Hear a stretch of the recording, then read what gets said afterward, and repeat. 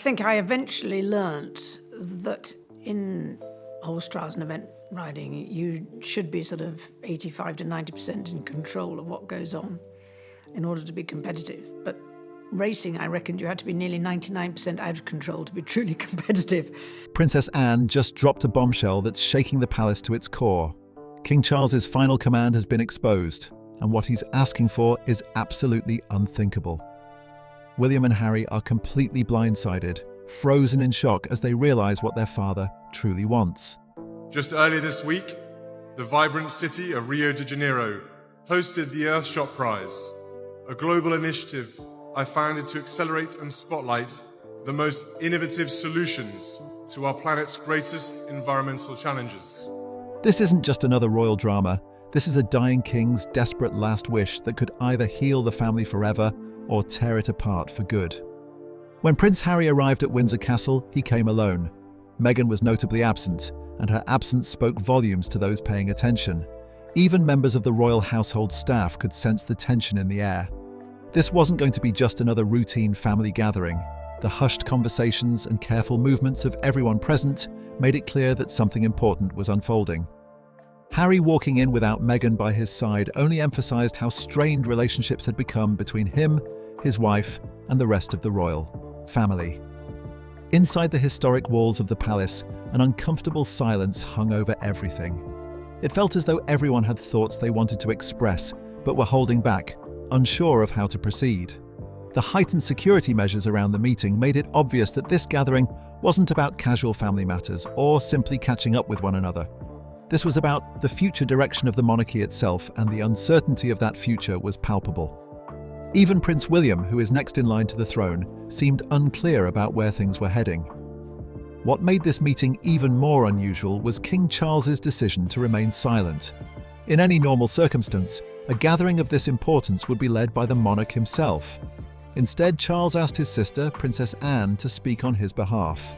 This choice alone broke with royal protocol and signaled to everyone present that this moment was far from ordinary. Those who had seen King Charles recently understood why he made this decision. His health had been visibly declining, and the strain was becoming harder to conceal. The fact that King Charles chose Princess Anne to deliver his message was significant in itself. Anne has built a reputation over the years for being direct, composed, and unwilling to sugarcoat difficult truths. In a family that often navigates around sensitive issues rather than addressing them head-on, Anne stands out as someone who says what needs to be said. Her presence at the front of the room immediately conveyed to everyone just how serious the situation had become. The way family members were seated also revealed the underlying tensions. Rather than following the traditional hierarchical arrangement that usually governs royal gatherings, everyone was positioned in a circle. Despite this seemingly equal setup, the physical distance between Harry and William was impossible to ignore. The space between them served as a silent acknowledgement of the rift that had been growing between the brothers for years. No amount of careful seating arrangements could hide the fact that their relationship had fractured. Traditionally, King Charles would have addressed his family directly in a moment like this, using his authority as the reigning monarch to deliver important news. By choosing Anne to speak instead, Charles was sending a message that combined both trust and urgency. Anne's presence represented something important. She served as a bridge between the older generation of royals and the future that lay ahead. Her role in this meeting was a reminder that while the monarchy must evolve and adapt to changing times, it also needs to hold on to the core values that have sustained it for centuries. When Anne finally began to speak, her words cut through the tension that had been building in the room. This wasn't going to be just another update about royal schedules or minor adjustments to duties. What she was about to share represented a massive turning point for the entire family. The gradual handover of royal responsibilities that everyone had been expecting was suddenly being accelerated at a pace nobody had anticipated. Prince William's expression showed his surprise clearly. The crown that he thought was still years away from resting on his head was now only months away. The timeline had been dramatically compressed, and he was being thrust toward his future role much faster than planned. As soon as Anne finished explaining the situation, the family's reactions split in different directions. Prince Edward, who typically tries to maintain peace and find middle ground during family conflicts, suddenly found himself caught in the middle of opposing viewpoints. Even Camilla, who usually prefers to stay quiet during tense family discussions, voiced her concern that the changes were happening too quickly. Everyone in the room was struggling to process what they had just heard, and old tensions that had been simmering beneath. The surface quickly began to emerge. King Charles hadn't made this decision lightly or on a whim. His declining health had forced his hand.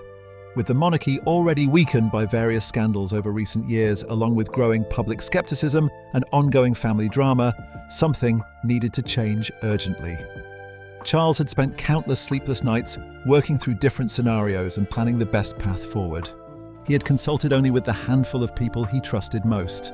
Having Anne deliver this crucial message wasn't just a practical choice, it was a carefully calculated decision. He needed someone who could communicate difficult truths without getting bogged down in excessive ceremony or diplomatic language. However, this wasn't simply about transferring the throne from Charles to William. The implications went much deeper than that. This was about fundamentally rethinking what the monarchy should represent in the modern world, especially as public opinion continues to shift. Recent polls have shown that support for the royal family has been dropping at an alarming rate, particularly among younger generations. Additionally, several Commonwealth nations have been openly questioning whether the monarchy still has a relevant place in their societies. Charles understood that the royal family couldn't continue operating the same way it always had. Times had changed too much for that approach to remain viable. He had developed a bold vision that included some radical departures from tradition. His plan called for reducing the number of working royals, opening up more palace spaces for public access, and implementing complete transparency regarding how the monarchy manages its finances. These ideas would have been considered almost unthinkable just a few years earlier, but Charles now saw them as the only viable solution to ensure the monarchy's survival. William would still become king as expected, but the monarchy he would inherit would look very different from the one his grandmother presided over. The role wouldn't be centered around grand parades and elaborate crown ceremonies anymore. Instead, it would need to focus on remaining relevant to modern society, making a genuine impact on important issues and adapting to changing cultural expectations and social seasons. What took place at Windsor Castle that day wasn't just a family meeting. It was a wake-up call for everyone involved. The silence that followed Anne's announcement wasn't merely the sound of surprise, it was the sound of history being rewritten in real time, and everyone present knew they were witnessing a pivotal moment that would reshape the royal family for generations to come. King Charles didn't arrive at this decision overnight. The choice to accelerate the transition of power came from a lifetime of experiences shaped by royal pressure, personal sacrifice, and the echoes of crises that have haunted the Windsor family for generations. To understand why Charles made this choice, we need to look back at moments in history that left deep scars on the monarchy and influenced how he views his role today. In 1936, the royal family faced one of its most turbulent periods when King Edward VIII made the shocking decision to give up the throne. He chose love over duty, abdicating so he could marry Wallis Simpson, an American woman who had been divorced twice. This decision came less than a year after Edward had become king, and it sent shockwaves through the entire institution. The abdication threw his younger brother, who became King George VI, into a role he had never adequately prepared for and frankly never wanted. George was thrust onto the throne at a moment when the monarchy's very survival hung in the balance. The crisis nearly brought down the entire institution and taught the Windsor family a harsh lesson that still resonates today. Change can arrive suddenly and unexpectedly, often not on terms that the family would choose for themselves. When King George VI died in 1952 at the age of 56, succumbing to coronary thrombosis while he slept, his daughter Elizabeth suddenly found herself as queen at just 25 years old. She was young, largely unprepared for the enormous responsibility, and faced with a burden that would have crushed many people. Despite these challenges, she accepted the role and went on to reign for 70 years, becoming the one stable constant in a world that changed dramatically around her. Throughout her long reign, even as she provided steady leadership to the nation, the royal family faced continuous pressure behind the scenes that the public rarely saw. Charles grew up watching his mother sacrifice almost everything for the crown. Queen Elizabeth gave her time, her personal freedom, and often her own happiness to fulfill her duties as monarch. Her official royal responsibilities began when her first two children were still very young. Shortly after her coronation, she and Handel, Prince Philip embarked on a 6-month tour of Commonwealth nations, leaving Charles and Anne at home in England to be cared for by household staff. Elizabeth belonged to a generation and social class where it was considered normal and acceptable to leave the daily care of small children to nannies and other staff members while parents attended to their duties. As a young boy, Charles learned early that being born into royalty wasn't the fairy tale that many people imagined. It was a duty that came with heavy costs. He often felt that his mother was emotionally distant and aloof, but he came to understand that this was how she had been taught to behave. For Queen Elizabeth, wearing the crown meant subordinating her personal desires and emotions to the demands of the role. She had to give up significant parts of herself to be the monarch that Britain needed. When Queen Elizabeth passed away in 2022, the monarchy lost far more than its longest-serving ruler. It lost the anchor that had held everything together through decades of social change, political upheaval, and family scandal. Her death exposed just how fragile the institution had become beneath the surface. The veneer of stability she had maintained for so long suddenly cracked, revealing vulnerabilities that had been building for years. Then came another blow that nobody had fully anticipated. Not long after becoming king, Charles received a cancer diagnosis. Suddenly, he wasn't just a new monarch trying to find his footing in the role he had waited his entire life to assume.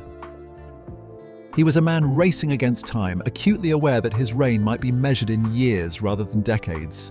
Charles had waited longer than any heir in British history to wear the crown, only to realise that he might not have the luxury of a long reign to implement his vision. Royal historians have noted a cruel irony in how the monarchy handles succession. The institution often delays transitions until circumstances force the issue, sometimes waiting almost too late to prepare the next generation. Charles understood this pattern all too well and didn't want to repeat it with William. He knew from painful personal experience how damaging it could be to step into the monarch's role under intense pressure without adequate preparation and support. This awareness drove him to begin planning not just for his eventual exit from the throne, but for a smoother and better managed handover of power. Although Charles had built a reputation over the years for being patient and willing to wait his turn, his cancer diagnosis changed everything. He suddenly found himself in a hurry. The monarchy that had once symbolized strength, permanence, and continuity now felt delicate and vulnerable. Every public event Charles attended was quietly supported by a medical team standing by out of sight. Every appearance had to be carefully timed and managed with precision to ensure he could fulfill his duties without overtaxing his declining health. Charles had studied extensively how other European royal families had collapsed or severely weakened themselves through rushed abdications and poorly managed successions. He was determined not to make the same mistakes that had undermined monarchies in other countries. The impact of rising liberalism, nationalism, and the devastating consequences of World War I had demonstrated clearly that hereditary monarchies were not immortal institutions. They could weaken, fade, and eventually perish if they failed to adapt to changing times. Armed with this historical knowledge, Charles began making bold moves that would have been considered unimaginable during previous reigns. He called for complete financial transparency in how the royal family manages its considerable wealth and resources. He welcomed requests from the Ethiopian government to return sacred religious artifacts that British forces had taken during the Battle of Magdala in 1868. He even proposed converting parts of royals' estates into affordable housing that ordinary British citizens could actually live in. These were radical departures from tradition that signalled Charles's willingness to reimagine what the monarchy could be. Meanwhile, behind the closed doors of the palace, Prince William and Catherine were quietly taking on more and more responsibility. Royal insiders revealed that William had begun receiving the famous red boxes, the leather dispatch cases containing government documents and state papers that the monarch must review regularly. This was a quiet but unmistakable sign that Charles was already beginning to pass the baton to his son, preparing him for the role that was approaching faster than anyone had expected. But this moment in royal history wasn't just about the mechanics of succession and who would wear the crown next. It was fundamentally about survival.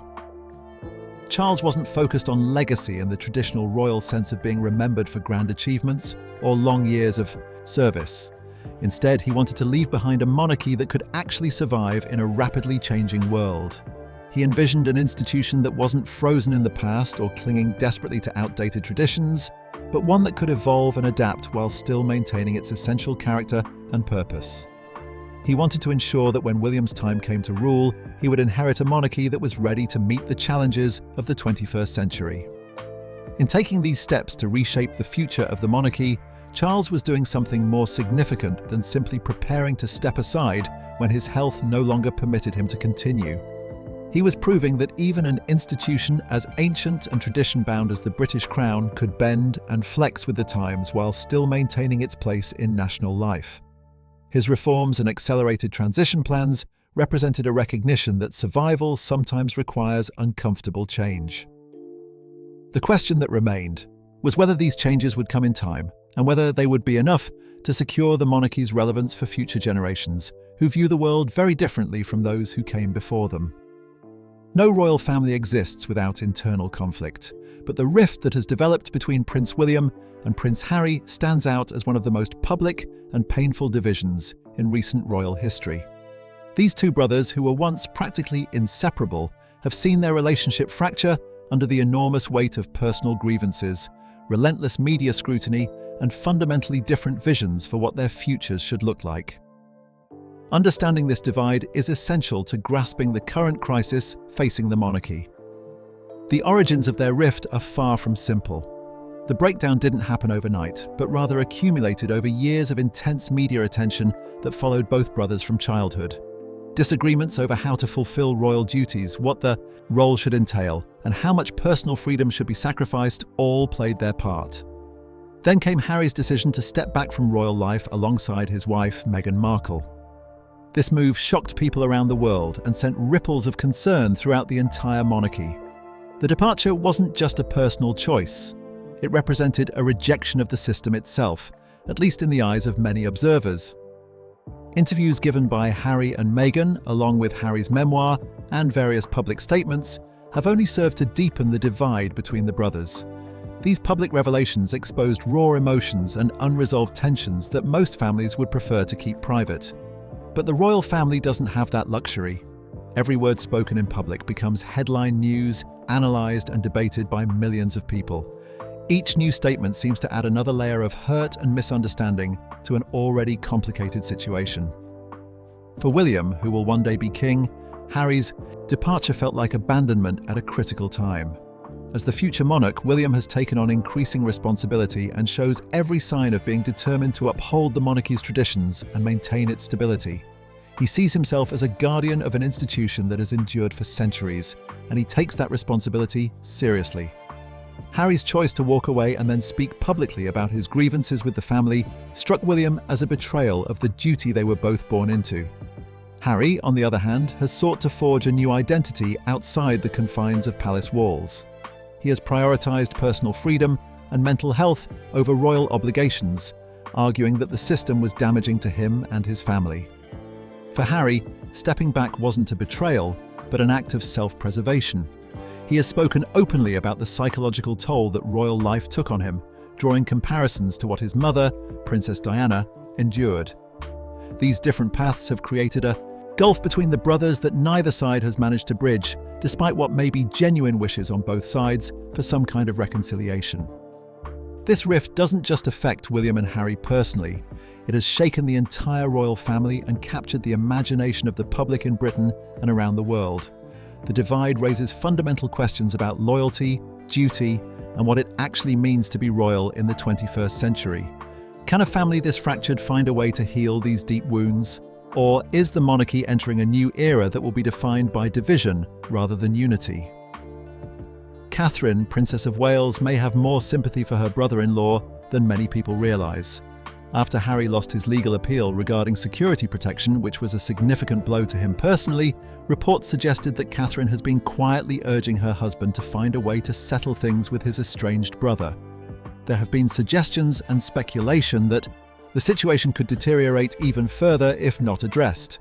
As Catherine continues navigating her role, she has reportedly encouraged all members of the working royal family to ease up on Harry, reach out to him, and finally attempt to make peace with one another. This desire for reconciliation is something that King Charles deeply shares. However, the reality of the situation makes any reunion incredibly difficult. While it seems unlikely to happen in the near future, Catherine is apparently trying her best because she understands that the family cannot afford any more tragedies or scandals. The monarchy is already under enough pressure from outside forces without internal family conflict adding to the strain. Catherine's strength has always come from her ability to remain grounded despite entering a family built entirely on tradition and rigid hierarchy. She has become known for handling public challenges with remarkable grace and composure. Her approval ratings have consistently outpaced most other family members, sometimes even surpassing William's popularity in public opinion polls. Over the years, Catherine has quietly become something of a heart and soul for the royal family, providing warmth and relatability that the institution desperately needs. Her warmth, especially visible in her interactions with her children, Princess Charlotte, Prince Louis, and Prince George, speaks volumes about the deep bonds she has built within her own family unit. Even Queen Elizabeth's famously particular corgis, who never warmed easily to strangers, reportedly dropped their guards around Catherine. In a family often criticised for its stiff upper lip approach to emotion, Catherine has found a way to gently introduce a softer and more emotionally present style of parenting. Remarkably, she has done this without trampling on centuries of established tradition. Rather than breaking royal customs outright, she has been carefully weaving something more human and accessible into them. But the world the royal family operates in today bears little resemblance to the past. The monarchy no longer functions behind closed palace walls with complete control over its public image. Today, nearly everything the royals do gets captured, uploaded, and observed by millions of people all over the globe in real time. This represents an entirely different reality from the one that existed during Queen Elizabeth II's early reign. Back then, it could take hours or even days for news to travel any significant distance. Information could also be filtered through trusted broadcasters who often worked closely with the palace to manage the royal image. Now, one tweet or a short video clip can shape headlines across the entire world within seconds. Every royal outing becomes a potential viral moment, and every misstep risks exploding into a public relations disaster. The margin for error has shrunk dramatically, and the speed at which problems can escalate has increased exponentially. King Charles recognized that the rules had fundamentally changed the moment he ascended to the throne, and he understood that the monarchy needed to adapt quickly. Charles acted fast to address this new reality. He immediately established what has been called the Royal Social Media Council, bringing together traditional advisors with experience in royal protocol and sharp young digital experts who understand how modern media actually works. Their job is to help the monarchy stay relevant and maintain a positive presence in the digital space. At first, some traditionalists within the palace were skeptical. There were genuine concerns that the royals might start chasing viral moments or compromising their dignity in pursuit of online popularity. However, the results have reportedly been positive. The council now plays a crucial role behind the scenes, tracking global online reactions to royal activities, identifying potential issues before they escalate into full-blown crises, and helping shape how the family communicates with the public across various platforms. This proactive approach represents a significant shift from the more reactive stance the monarchy took in previous decades. In a recent interview with the BBC, Prince Harry expressed clearly that he wanted reconciliation with his family, particularly with his father given King Charles's declining health. He spoke with evident emotion about the situation, confessing that he would love to see the family come back together. Harry stated that there was no point in continuing to fight, emphasizing that life is precious and unpredictable. He admitted that he didn't know how much longer his father would live and expressed frustration that Charles wouldn't speak to him because of ongoing disputes about security arrangements. Despite these obstacles, Harry said it would be meaningful to him if they could find a way to reconcile. The question hanging over everyone now is whether that reconciliation is actually possible. The wounds run deep on all sides, and pride, hurt feelings, and genuine disagreements about important matters continue to stand in the way. King Charles's health situation adds urgency to the matter, but urgency alone may not be enough to overcome years of accumulated pain and misunderstanding. The royal family finds itself at a crossroads, forced to decide whether healing is worth the difficult conversations and compromises it would require. King Charles's reign has been anything but easy from the start. Yet behind all the formalities, ceremonies, and public duties, there exists a quiet and deeply human wish that has nothing to do with power, prestige, or leaving behind a grand legacy. Late at night, when the world finally falls silent and the demands of the day have passed, those who are close to Charles say he often returns to old photo albums kept in his private quarters. He lingers over pictures of his sons, William and Harry, captured as carefree young boys back when their bond seemed unbreakable and life felt so much simpler than it does now. Charles doesn't harbour illusions about bringing Harry back into the royal fold as a working member of the family. That ship has sailed, and he knows it. The decisions have been made, and the path Harry chose leads in a different direction from the one William walks. But Charles does dream of something smaller and perhaps more fragile than a full reconciliation of roles and duties. He hopes for a genuine conversation between father and son, a chance to end the painful silence that has grown between them. He longs for a moment where they can speak honestly without the weight of institutions, public expectations, or past grievances crushing the possibility of connection. Though the rift between father and son has grown wide and seemingly more difficult to bridge with each passing month, Charles has never truly severed ties completely. When speaking directly became too painful or too complicated, loaded with too many emotions and unresolved issues, he turned to trusted messengers. These were people who could carry his words to Harry without inflaming existing wounds or adding new layers of hurt to an already damaged relationship. For Charles, family is not merely a choice or a convenience. It represents a duty that runs deeper than disagreements or hurt feelings. It's an obligation that doesn't simply disappear no matter how far the physical or emotional distance grows between people who share blood. In reflecting on his own upbringing, Charles once spoke about his mother's long reign and how it shaped his understanding of royal life. He acknowledged that although you know intellectually that succession will happen eventually, you don't really think about it very much because it seems so distant.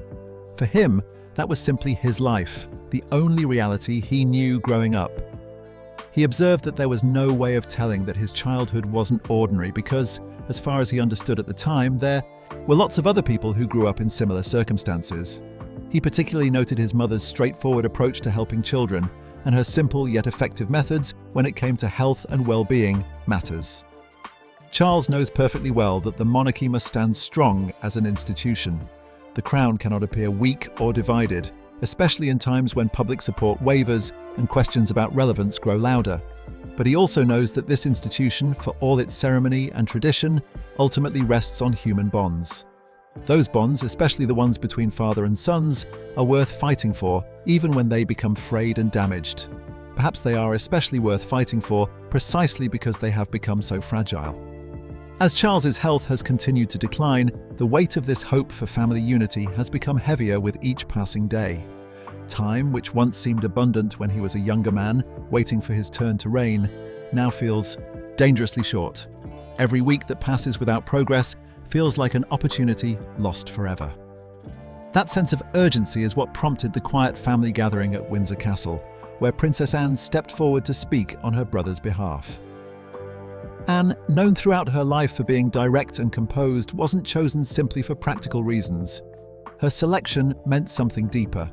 In a family that often tiptoes around sensitive issues, preferring indirect communication over frank discussion, Anne stands out as someone who can be counted on to tell things straight.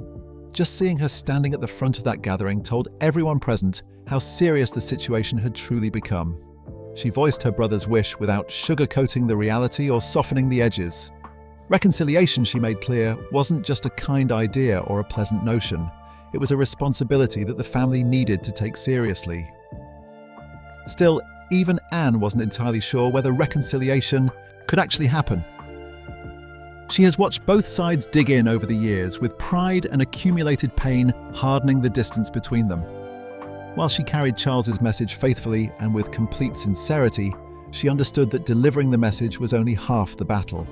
The rest would depend entirely on whether either son was ready and willing to reach across the divide that had grown between them. Would William be prepared to set aside his anger over what he sees as Harry's betrayal? Would Harry be willing to acknowledge the pressures William faces and the impossible position he's been placed in? In the end, King Charles's final wish isn't about maintaining the royal image or securing his place in history books. It's about something far more personal and human than that. It's the simple but profound hope that his family might find a way back to each other before time runs out and the opportunity is lost forever. This wish places William, in particular, in an incredibly difficult position. He faces a profound choice that will define not just his relationship with his brother, but potentially his entire approach to being king. Will William honour his father's wish and create at least a tentative opening toward reconciliation with Harry? Or will he decisively close the door on his brother's departure from royal life, drawing a clear line that distinguishes those who are in the family from those who have chosen to step away? This decision carries enormous weight because it will affect not only family dynamics behind closed doors, but will also shape public perception of the monarchy for decades to come. The British public watches these developments closely, understanding that unity or division within the royal family reflects directly on the institution itself and its future viability. Concerning this sensitive issue, royal expert Hilary Fordwich shared her perspective with Fox News, noting that over the years the gulf between Prince William and Harry has widened considerably. She attributed this primarily to what she described as Harry's very public criticism of the royal family, with his recent BBC interview being just the latest example. According to Fordwich, Prince William has become more resolved than ever to take decisive action once he becomes king. His overriding concern, she suggested, centres on protecting the monarchy as an institution, which he believes has been damaged by what he sees as commercial endeavours that exploit royal connections. Behind the palace walls, advisors and strategists engage in fervent debates over the best path forward. Some strongly advocate for what they call a clean break. This approach would involve removing titles from Harry and Meghan, clarifying succession lines beyond any doubt, and streamlining the monarchy to focus solely on those who remain fully committed to royal duties. This camp argues that such decisiveness would strengthen the institution's stability during what is already a difficult time of transition. Clear boundaries, they believe, serve everyone better than ambiguous half measures. However, other advisors counsel caution, warning that an abrupt severance might actually backfire in unexpected ways. They point out that such a move could potentially generate significant public sympathy for Harry and Meghan, especially if it happens to coincide with King Charles's declining health or death. The optics of a sick or dying father cutting off his son, or a brother stripping titles from his sibling immediately after their father's passing, could create a public relations disaster. Royal historians involved in these discussions remind everyone that historically, divided royal families have often weakened the monarchy's standing and eroded public support over time. The legacy of past familial rifts continues to cast a long shadow over these deliberations. The abdication crisis of Edward VIII serves as a sobering reminder of the risks inherent in internal discord and how family divisions can threaten the entire institution. Those closest to William report that he is growing steadily in confidence as he prepares for kingship. He demonstrates an increasing willingness to make difficult and sometimes unpopular decisions, even when those choices may damage his personal relationships or public image in the short term. King Charles's final message to his son wasn't merely a request for family unity or a sentimental wish from a dying father. It represented something more challenging and complex. It was a test of William's vision for what the monarchy's future should look like and his ability to balance the competing demands of the institution with the messy complexities of family loyalty. Can William find a way to be both a strong king and a compassionate brother? Can he protect the monarchy while also honouring the very human connections that exist beneath the crowns and titles? The revelation of this final wish peeled back layers of royal formality to reveal the true identities of William and Harry, not just as princes fulfilling public roles, but as brothers shaped by love, rivalry, and the immense pressures of royal life from birth. William embodies the future of the monarchy in its most traditional sense. He carries the crown's weight with a sense of duty that has been ingrained in him since childhood. His identity remains deeply intertwined with tradition, responsibility, and the expectation to lead with dignity and steadiness. Yet beneath that poised exterior exists a man wrestling with the enormous challenge of modernizing an ancient institution while simultaneously honoring its legacy and not alienating those who cherish tradition. Harry's identity has proven more complex and harder to define. His choice to step back from royal duties was a bold assertion of independence, a determined search for self beyond the palace walls and the constraints they represent. Harry represents a new kind of royal figure, one who challenges long, established conventions and seeks to define his own path rather than simply accepting the one laid out for him at birth. His public struggles with mental health issues and his complicated relationship with media spotlight have humanized him in ways that few people expected, creating both sympathy and criticism in roughly equal measure. As Prince William edges closer to the throne with each passing day, it has become increasingly clear that he plans to lead differently from his father in some significant ways. While King Charles has often taken a quieter and more reserved approach to controversial matters, William shows a growing willingness to speak plainly, draw clear lines, and make tough decisions early in his reign, rather than letting problems fester. One of the first signs of this shift involves the titles that Harry and Meghan still technically hold. Insiders suggest that once William becomes king, he may formally strip them of their Royal Highness designations. Technically speaking, Harry and Meghan still possess these titles, even though they stopped using them publicly after stepping back from royal duties. For William, this grey area represents more than just an awkward technicality. He sees it as genuinely problematic in a world where every headline travels across the globe within seconds, and confusion about who represents the monarchy can cause real damage. William believes the monarchy must maintain crystal clear boundaries about who represents the institution and who does not. This belief became even more firmly entrenched after a recent incident where a foreign diplomat accidentally referred to Meghan as Her Royal Highness in a public social media post. It was a small mistake, easy enough to make, given the confusing status of their titles. But for William, the slip highlighted just how unresolved and confusing things remain. That kind of ambiguity, he feels strongly, can no longer be allowed to continue. To him, if someone chooses to walk away from royal duties and the life that comes with them, they shouldn't continue carrying titles that suggest they still represent the crown. It becomes a matter of fairness, clarity, and protecting the integrity of an institution that remains constantly under the public microscope. The question that hangs over everything now is whether the future king will honour his father's final wish in the long run, or whether he will stand firmly on what he believes protects the crown's stability and future. It's a choice between the heart and the head, between family bonds and institutional necessity, and whatever William decides will echo through generations to come.